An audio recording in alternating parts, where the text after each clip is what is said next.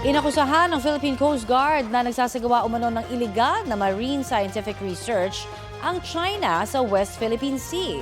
Sa kanila raw maritime patrol nitong Miyerkules, nakita nila ang Chinese vessel na Xiangyang Hong 33, mahigit 7 nautical miles mula sa Rosul Reef.